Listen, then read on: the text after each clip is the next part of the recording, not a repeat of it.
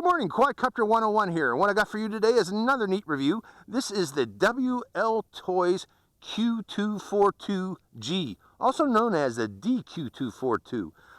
If you look at it, and if you see this FPV screen here, you can probably surmise that this is WLToys' answer to the Hubsan H107D model, their Hubsan's FPV model. WLToys is a strong competitor, and if somebody comes out with a cool product, WLToys is usually right in there to compete. Again, this is a little FPV micro quadcopter, as you can see here. Here's its camera. It's a 5.8 gigahertz FPV flyer. So here's your 5.8 gigahertz FPV transmitter and antenna. But other than that, you know, it's a little micro quadcopter. It feels very strong. Other points on it is that it also can record onto a micro SD card at the same time while you're FPV flying.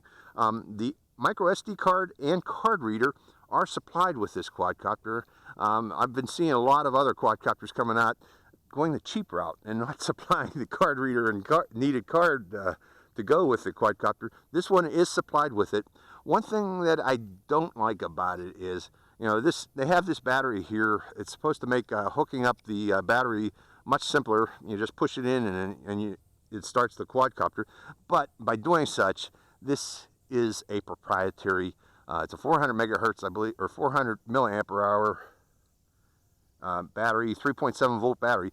But again, it's proprietary, which means you're going to have to buy WLToys replacement batteries. There won't be third-party batteries that you could use with this quadcopter, and that's unfortunate. I wish they did not do that, but that's the way it is. Let's look at its transmitter.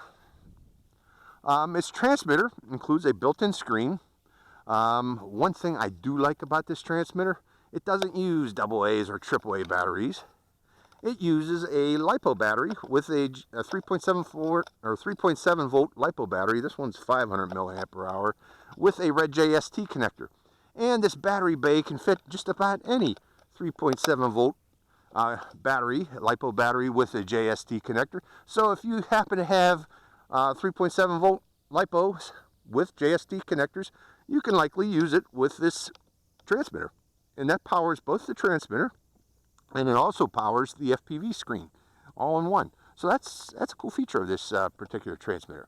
Other things on this transmitter, you know, this is your pitch or your throttle, your yaw, your pitch, your roll, and the trim buttons for each of those.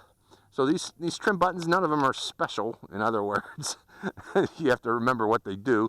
And for changing your rates, it's pressing up on the left to the left on this left shoulder button. If you want to do a flip, you have to activate it by pressing to the right on this upper left shoulder button.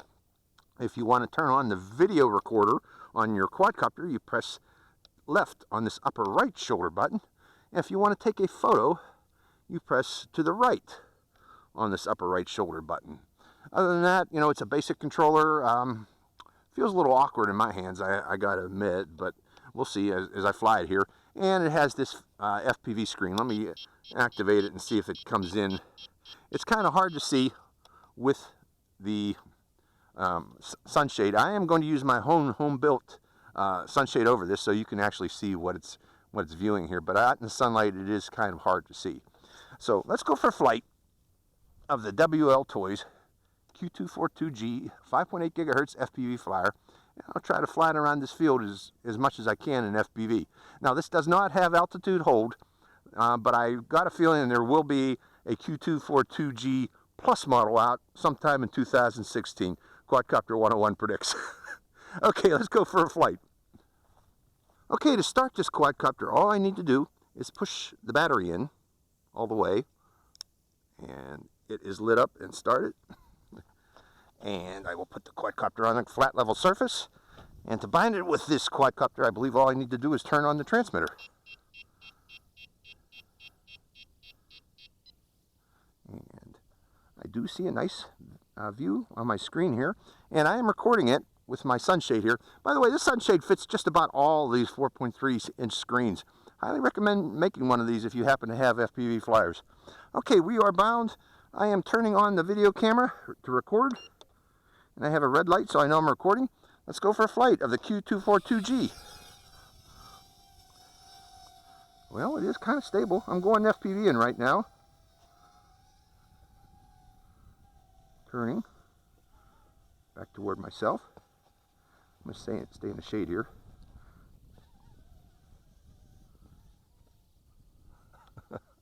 Now the predicted range of this thing, I believe, is 30 to 40 meters, which is not very far, folks.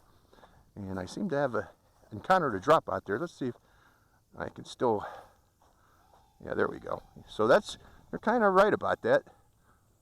Yep, about 30 meters. I'm going to also go to a higher rate too, folks.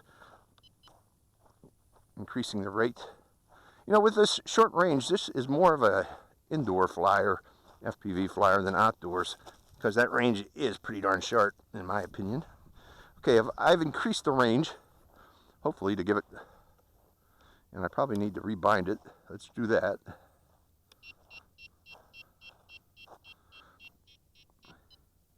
Okay, rebind it. I should have turned off that transmitter without stopping the recording.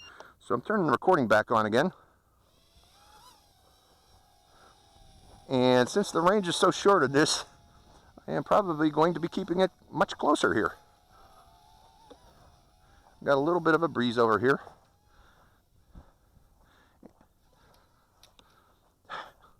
The range is very short, folks.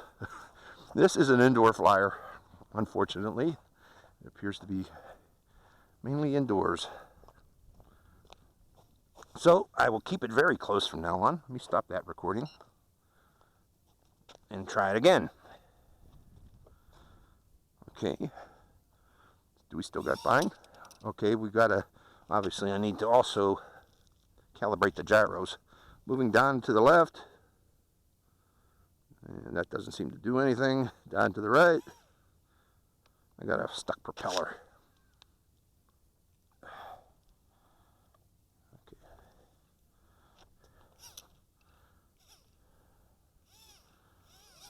Okay, I need to calibrate this.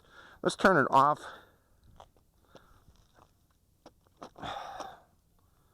And turn it back on again.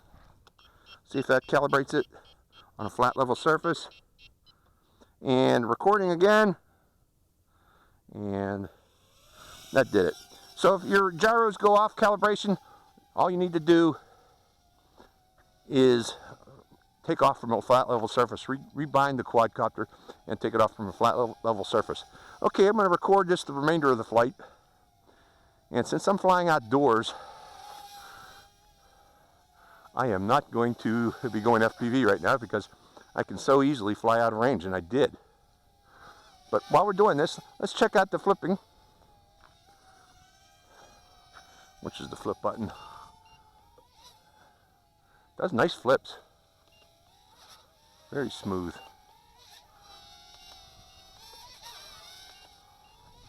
Good flipper. Going to higher rate.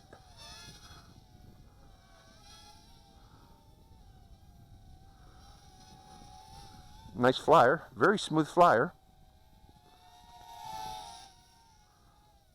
How about the funnels? We try the funneling. That's the funnels in high rate. Is there a higher rate? Let's find out. That's the flip button. Yeah, there is. This is expert rate.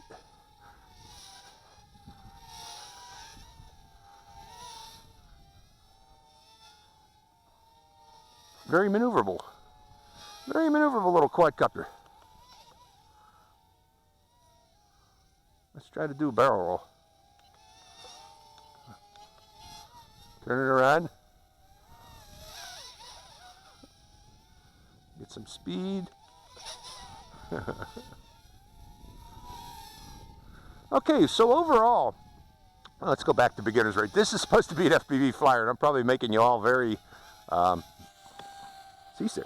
Is it still recording? It's still recording. Okay, let's try to fly FPV again. This time remembering to keep it close. I'm trying to keep an eye on it too. I don't want it to go too far away. But yeah, other than that, the range, indoor, it's an indoor range flyer, obviously. Okay, see how far I am out there? I'm only about 10 meters away.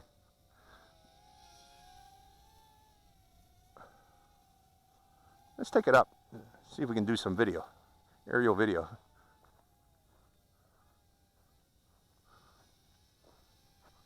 Okay, the batteries are getting weak, the lights are flashing. Stopping the video. Video's off. We'll fly it until it drops.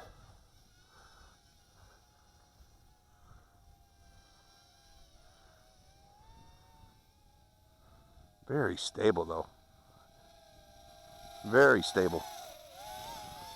Okay, I got some wind here, but let's see if I can show you how stable this is. There goes the wind pulling it.